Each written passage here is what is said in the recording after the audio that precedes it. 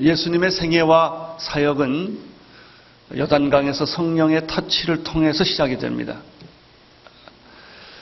성령의 역사는 보통 사람을 특별한 사람으로 만들고 자연적인 사건은 초자연적인 사건으로 가게 하는 것이 성령의 역사입니다. 나는 우리 온누리 교회가 또 여러분 각자가 성령의 터치가 있기를 바라고 성령의 능력으로 옷 입게 되기를 축원합니다. 예수님의 두 번째 터치는 말씀 터치였습니다. 마귀는 우는 사자처럼 믿는 자라 할지라도 집어 삼키려고 합니다. 이 마귀의 세력, 사탄의 세력을 무엇으로 꺾습니까? 예수님은 기록된 하나님의 말씀으로 마귀의 세력을 단호히 물리칩니다. 오늘날도 이 마귀의 세력은 계속되고 있습니다. 예수님의 십자가 주변에 마귀는 계속 뺑뺑 도는 것입니다. 예수님은 마귀의 세력을 말씀으로 승리하셨습니다. 여러분에게 이 말씀 터치가 있게 되기를 축원합니다. 우리는 이 지금 예수님의 터치 7가지를 공부하는 과정에서 세 번째 터치가 침묵 터치라는 것을 알 수가 있습니다. 성령의 역사가 일어났고 말씀으로 사단의 유혹과 괴계를 다 물리친 이후에는 기적이 일어났습니다. 안진뱅이가 일어나고 봉사가 눈을 뜨고 귀머거리 귀가 열리는 예수님의 말씀에 권위가 있는 하늘의 메시지를 예수님이 전하기 시작합니다. 자연히 인기가 상승할 수밖에 없습니다. 사람들의 박수소리와 갈채소리가 높아지기 시작을 했습니다. 여러분, 가장 위험한 것은 성공입니다. 실패 때는 허리띠를 조리고 긴장하고 애쓰고 눈물 흘리고 노력을 합니다. 그러나 성공 때는 위기가 오는 것입니다. 유명하지 않을 때는 괜찮습니다. 유명해지면 위기가 오는 것입니다. 박수 소리는 위험한 것입니다. 예수님을 가장 위험하게 만들었던 것은 바로 군중의 박수 소리였습니다. 이럴 때마다 예수님은 사람들을 피해서 산으로 흘러가셔서 하나님과 독대를 합니다. 고독, 침묵. 이것이 예수님을 끝까지 승리하게 했던 비결입니다. 예수님의 겸손함, 교만해지지 않는 것, 대중에게 야합하지 않는 것. 이것이 침묵 터치였습니다. 3년 동안 예수님은 좌로나 우로나 치우치지 아니하고 십자가의 길을 걸었습니다. 드디어 십자가 질 때가 되었습니다. 겟세마네 동산에서 땀이 피가 되도록 기도하셨던 예수님을 우리는 기억합니다. 왜 예수님의 땀이 피가 되도록 기도했을까요? 마귀가 우는 사자처럼 예수님을 공격했기 때문에 그랬습니다. 십자가 지지 마라. 십자가 질 필요가 없다. 내가 십자가 지지 않고도 하나님은 능히 온 인류를 구원할 수 있지 않겠느냐? 너는 십자가가 얼마나 무섭고 잔인한 걸 모른다. 예수님에게 계속 공격을 했던 것이죠. 이때 예수님은 기도함으로 자기 자신과 싸워 그 자기 자신의 늪에서부터 벗어나는 것을 볼 수가 있습니다. 이것이 기도 터치입니다. 드디어 예수님은 십자가와 정면으로 대결하기 시작합니다. 그러나 십자가를 정면으로 대결하는 것, 십자가를 친다는 것은 그것은 소풍 가는 것이거나 하나의 낭만이 아닙니다. 이것은 인간이 가질 수 있는 가장 치열한, 가장 고독한 싸움이고 치열한 싸움이고 잔인한 싸움이었던 것이죠.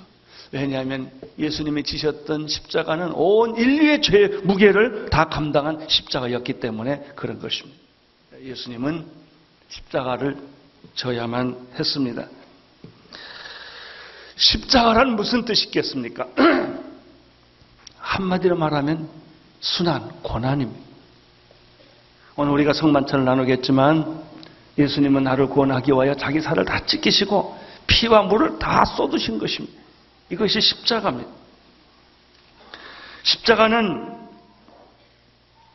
잔인하도록 감당할 수 없도록 심각한 것입니다. 예수님께서 어떻게 이 무섭고 잔인한 십자가를 질 수가 있었겠습니까? 최근 우리는 놀랍게도 The Passion of the Christ라는 영화를 우리 교회에서 시사회를 했고 아마 이번 주부터 전부 이 영화가 개봉이 됩니다. 우리 영어 예배에서는 아예 이 예배 끝나고 바로 가서 한 회분을 다 사가지고 같이 가서 예배를 드린다고 합니다. 우리가 그 영화를 볼 때 정말 한 인간이 이렇게 처절하게 12시간 동안 얻어맞고 터지고 조롱당하고 상상할 수 없는 테러에 이건 상상할 수 없는 폭력이 예수님에게 가해졌다는 것이죠. 과연 예수님은 이 십자가의 고난을 어떻게 질 수가 있었을까? 십자가를 보면 다 피하고 다 도망가는 것인데 누가 고난을 좋아했겠습니까? 누가 고난 안에 들어가려고 했겠습니까? 과연 예수님은 이 십자가를 어떻게 직면했고 어떻게 십자가를 질 수 있었겠느냐 하는 것이죠. 그 해답은 간단합니다. 십자가를 피하지 않고 고난을 피하지 않고 고난을 받으심으로 고난을 이겼다는 것이죠. 이것이 고난 터치입니다. 고난을 거부하신 것이 아닙니다. 예수님은 십자가를 져야 한다는 이 명제 앞에서 그는 담담하게 십자가 앞에 걸어간 것입니다. 자기 몸을 내어준 것입니다. 38절을 읽음으로 오늘 말씀을 시작하겠습니다. 38절을 보십시오. 시작. 이때 예수와 함께 강도 둘이 십자가에 못 박혀지니 하나는 우편에 하나는 좌편에 있더라. 예수님이 십자가에 못 박혀 죽으실 때 그분이 홀로 지신 것이 아니라 양옆에 두 강도가 있었다는 사실입니다.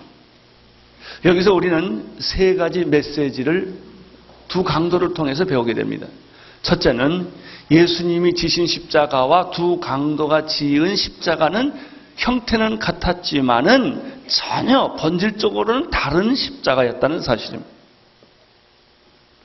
두 강도는 파렴치한 죄를 범해서 그 당시 로마 법으로 누구든지 인정하는 십자가형을 받아야 되는 그런 범죄인이었습니다.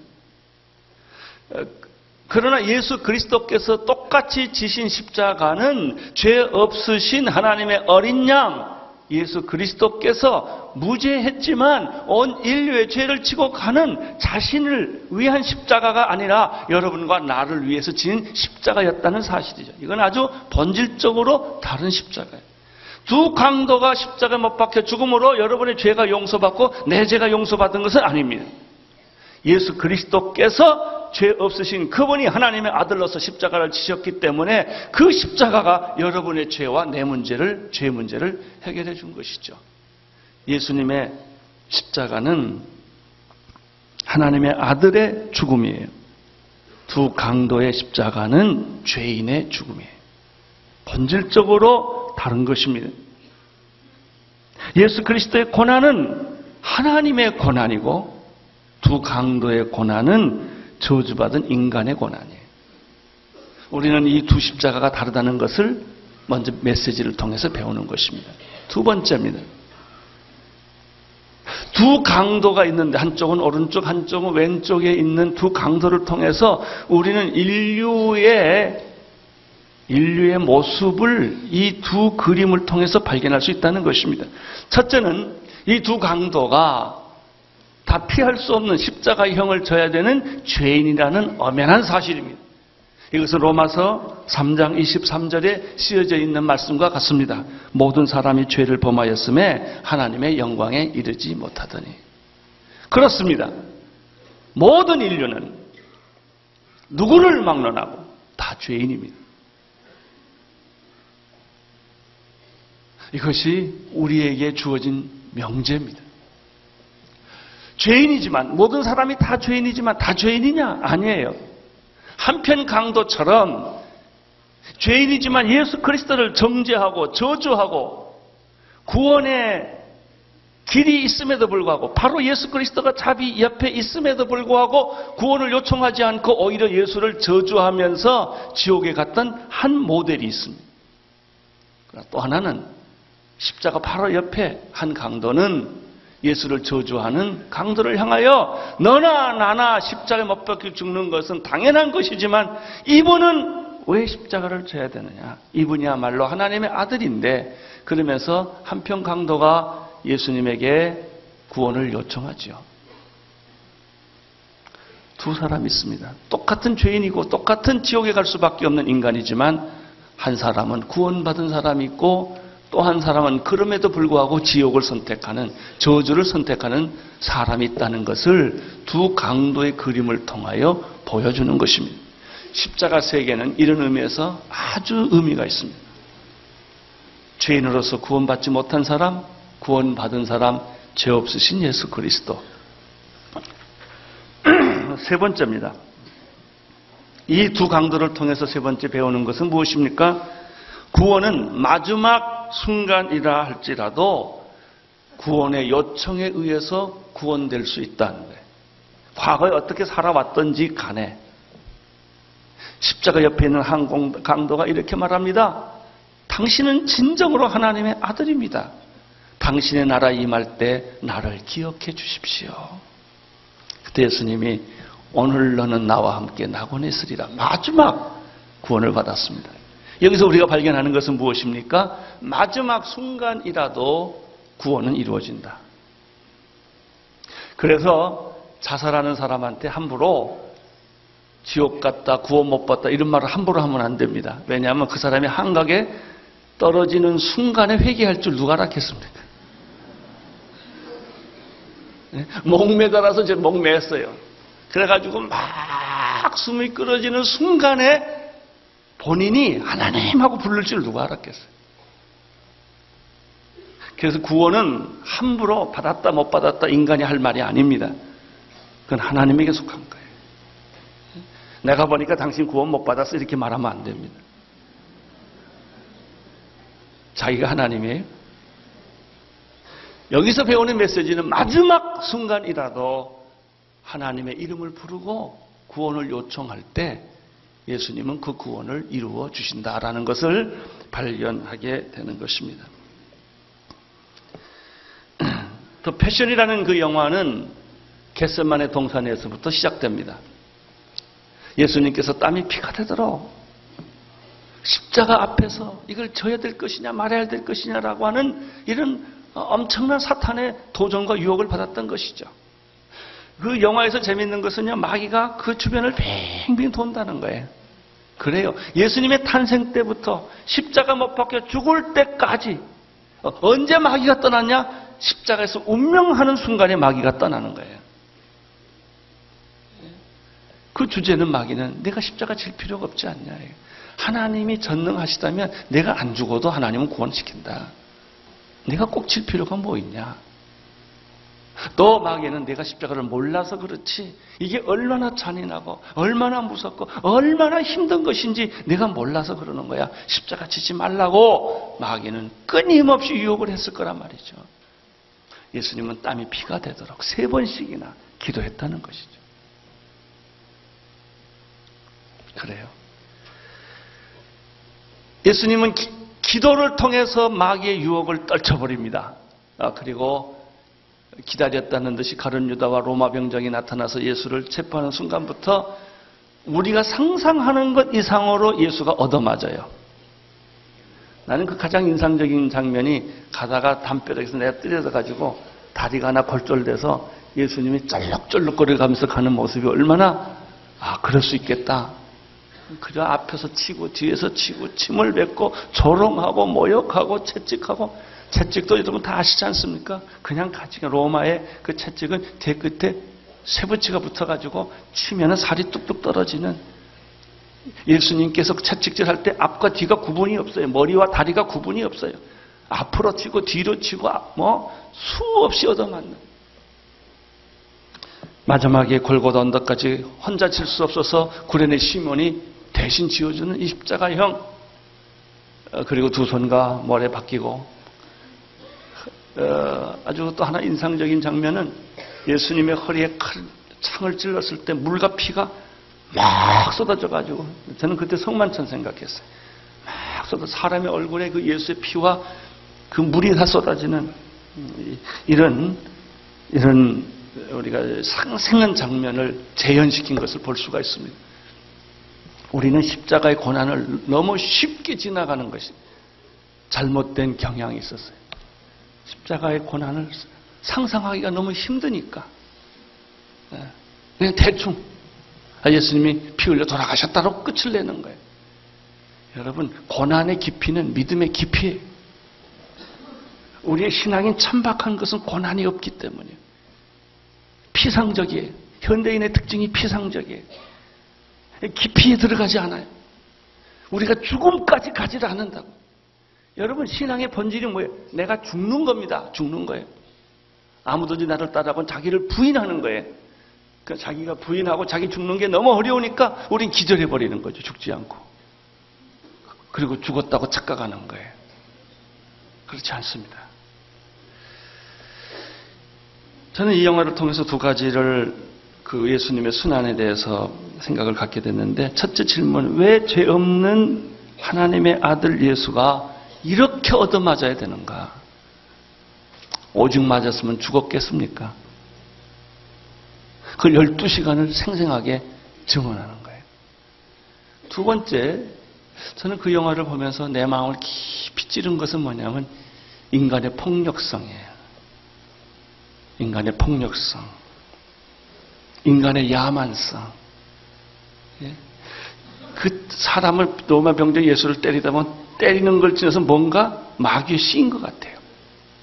정신이 하나도 없이 그냥 치는 거예요. 그리고 쾌감을 느끼는 거예요.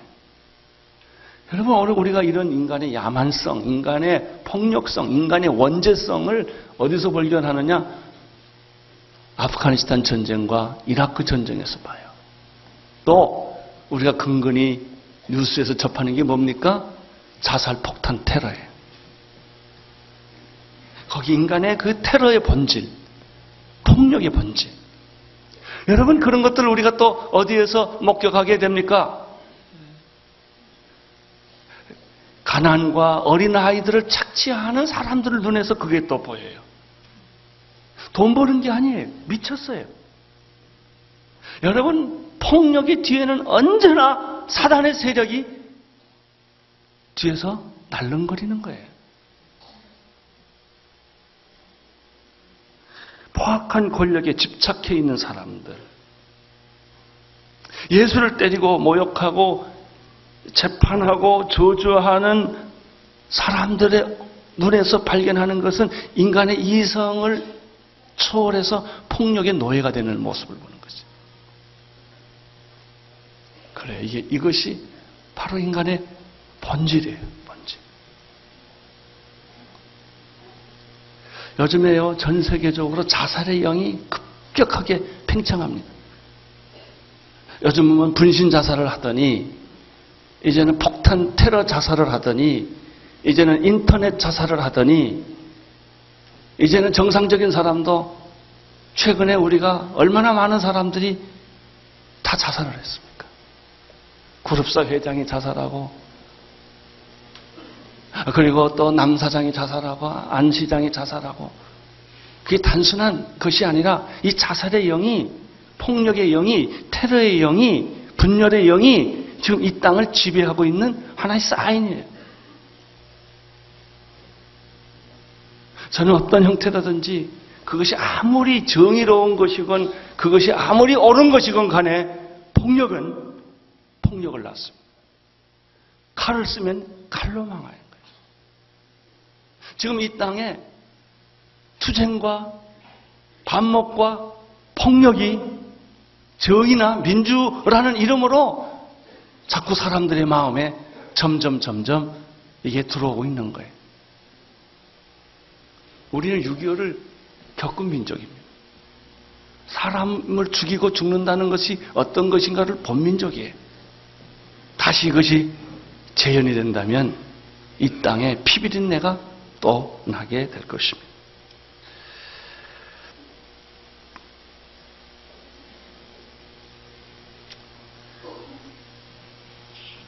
(39절에서 42절까지) 말씀을 읽겠습니다. 시작. 지나가는 자들이 자기 머리를 흔들며 예수를 모욕하여 가로되 성전을 헐고 사흘에 짓는 자여, 네가 만일 하나님의 아들이여든 자기를 구원하고 십자가에 내려오라 하며, 그와 같이 대제사장들도 서기관과 장로들과 함께 희롱하여 가로되 저가 남은 구원하였으니 자기는 구원할 수 없도다. 저가 이스라엘 왕이로다. 지금 십자가에서 내려올지어다. 그러면 우리가 믿겠노라. 여러분, 예수 그리스도 십자가에 못 박힌 사람은 누굽니까? 물론 매수된 하수인들과 로마 군병이었을 거예요. 매는 눈이 없습니다. 사정없이 치는 거예요. 근데 그들이 죽였을까요? 아니에요. 그 뒤에는 음모를 꾸미고 있던 유대인 지도자들이 있었죠. 바리새인과 서기관들과 장로들이 있었습니다. 그들은 예수가 채찍에 맞을 때마다 쾌감의 미소를 지었던 것이죠. 그들뿐이겠습니까? 아니에요. 분노하는 군중들이 있었어요. 여러분, 분노하는 군중은 이성이 없어요. 여러분, 폭력 속에는 항상 조롱이 뒤따른, 조롱 없는 폭력이 없습니다. 여기는 하나님의 이름까지 걸먹들이면서 예수를 조롱하기 시작해. 네가 하나님의 아들이면 너나 구원해봐라. 내려와봐라. 네가 내려오면 우리가 믿겠다. 끊임없는 조롱과 희롱과 채찍과 모욕을 계속해서 예수님에게 던졌던 것을 발견하게 됩니다. 여러분, 그 군중들만 예수를 처형하는 데 동참했을까요? 아니죠. 여러분과 나도 거기에 동참되어 있다는 사실입니다.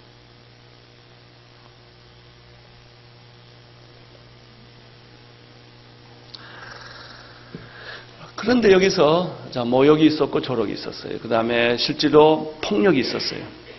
그런데 여기서 한 가지 더 발견하는 게 있어요. 그것은 조롱과 모욕과 폭력 속에서도 변하지 않는 예수님의 얼굴이에요. 여러분이 발견해야 될 부분이 바로 이 얼굴입니다.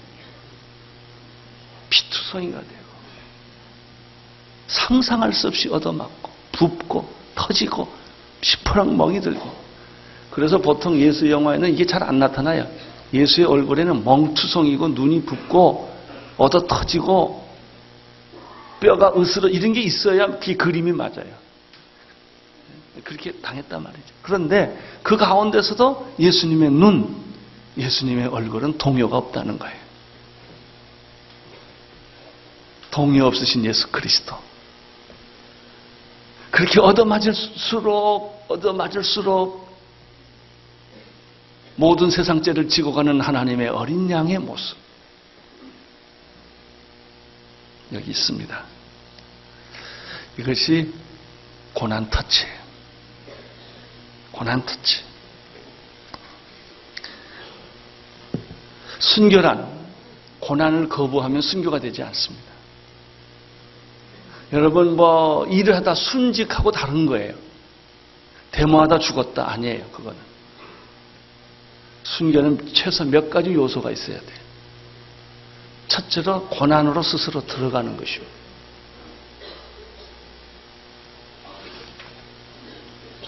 두 번째 비폭력으로 대하는 것입니다. 폭력을 쓰면 순교가 아닙니다. 막대기를 들고 화염병을 들고 총을 들면 순교 아닙니다. 그건 전쟁이지요. 예수님의 고난 터치는 뭐예요? 여러분 생각해보세요. 누가 고난을 좋아하고 고난에 들어가기를 원하겠습니까? 모든 사람은 고난을 피하고 싶은 거예요. 고문을 피하고 싶고 고난을 피하고 싶고 다 피해가고 싶은 것이지, 내가 고난을 받겠다는 사람이 어디 있어요? 여러분, 그러면 이 고난을 이기는 비결이 뭐예요? 고난 받는 거예요. 고난을 수용함으로, 고난을 거부하지 않음으로, 고난 안에 뛰어들므로 고난을 이기는 거고요. 죽음을 이기는 방법은 죽음으로 죽음을 이기는 거예요. 이것이 예수님의 고난 터치였어요. 예수님이 그 마음을 가지셨기 때문에 십자가에 못 박혀 죽는 순간까지도 그가 할 수 있었던 게 무엇입니까? 기도였어요. 고난을 겪는 사람은 기도 못합니다. 공포와 두려움에 사로잡혔기 때문에. 근데 예수님이 무슨 기도를 하십니까? 아버지여, 저들의 죄를 용서하여 주옵소서. 저들은 자기가 하는 일이 무엇인지를 모릅니다. 아들아, 내 어머니다. 보소서, 여자여, 당신의 아들입니다. 예수님께서 이런 기도를 할 수 있었던 까닭은 그가 고난 터치, 고난의 의미를 아셨기 때문에 고난에 자기를 던진 겁니다.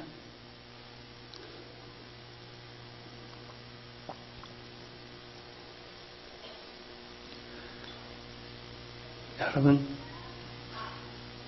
폭력은 무섭지 않습니다. 비폭력이 무섭습니다. 미움은 겁나는 게 아니에요. 사랑이 무서운 거예요. 사랑의 미움을 이기고 비폭력이 폭력을 이기는 것입니다. 이분이 예수 그리스도였습니다. 고난이 고난을 이기는 것입니다. 오늘 기독교가 천박한 것은 고난이 없고 비폭력이 없기 때문에 교인들도 천박스럽게 폭력 편에 들어서요. 소리 지르고 고발하고 투쟁하고, 이건 기독교 아닙니다. 만약 그렇다면 예수님이 얼마나 데모를 많이 할 수 있었겠어요. 그래서 고독하게 죽으신 거예요. 우리는 죽음을 택할지언정 그런 세상적 방법을 택하는 것이 아니다 말이죠. 이것이 십자가입니다. 십자가는 비참한 패배였습니다. 패배를 통해서 승리를 찾아간 거예요. 43절, 44절을 읽으십시오. 시작. 제가 하나님을 신뢰하여 하나님이 저를 기뻐하시면 이제 구원하실지라. 제 말이 나는 하나님의 아들이라 하였도다 하며 함께 십자가에 못 박힌 강도들도 이와 같이 욕을 했습니다. 45절, 46절 시작. 제6시로부터 온 땅에 어둠이 임하여 제9시까지 계속하더니 제9시 즈음에 예수께서 크게 질러 소리질러 가라사대 엘리 엘리 라바사박다니 하시니 이는 곧 나의 하나님 나의 하나님 어찌하여 나를 버리셨는가 하는 뜻이라. 고난의 절정은 하나님의 외면입니다. 그래도 우리가 고난받고 채찍맞고 모욕당하고 이런 일을 겪을 때도요, 속으로 하나님이 나와 함께 계신다라고 생각하면 그래도 견딜만 합니다. 근데 견디기 어려운 것은 하나님이 나를 버렸다라는 생각이죠. 오늘 여기서 예수님이 3시간 동안 침묵하다가 내뱉는 말이 뭐예요? 하나님이 날 버렸다는 거예요. 하나님 어찌해서 나를 외면하십니까? 하나님 어찌하여 날 버리십니까?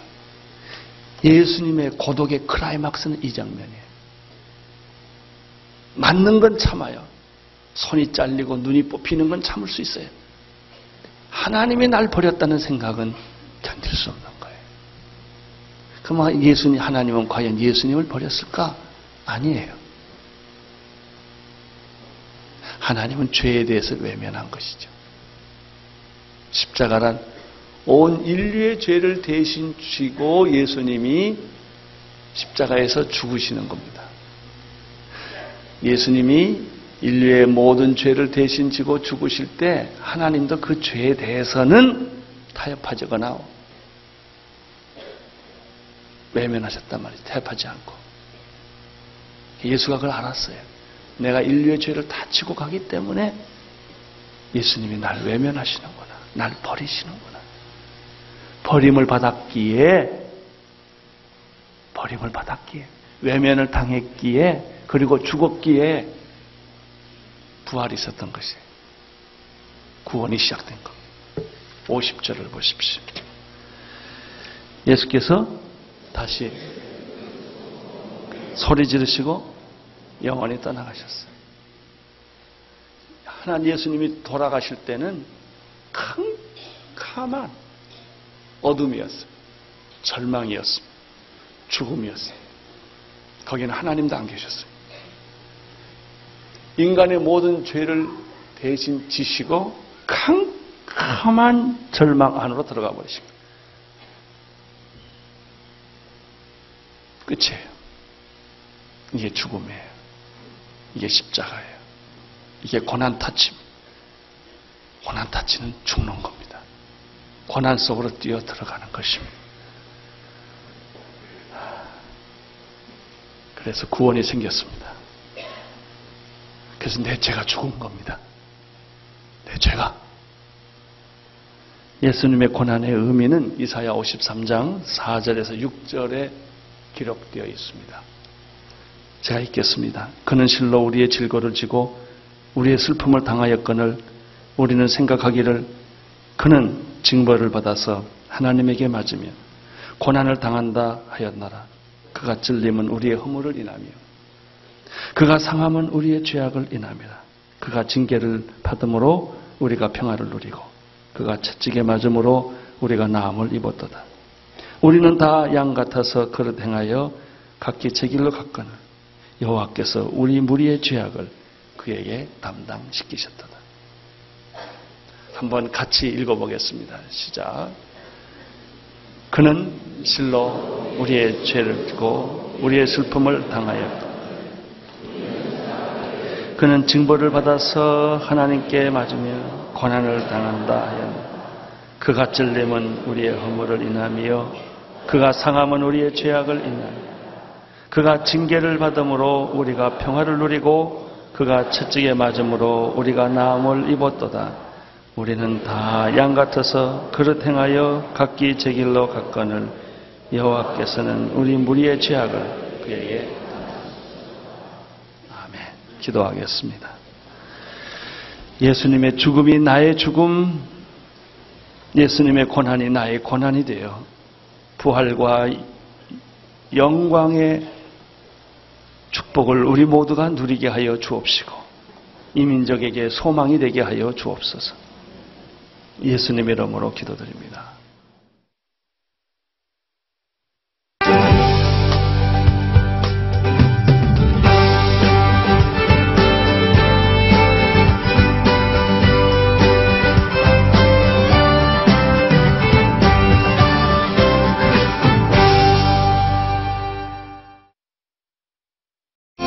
한 중풍병자가 있었습니다.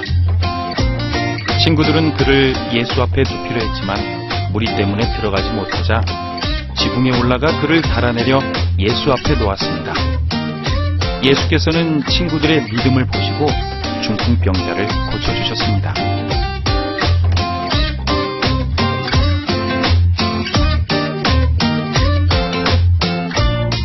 믿음의 친구가 필요한 사람들이 있습니다.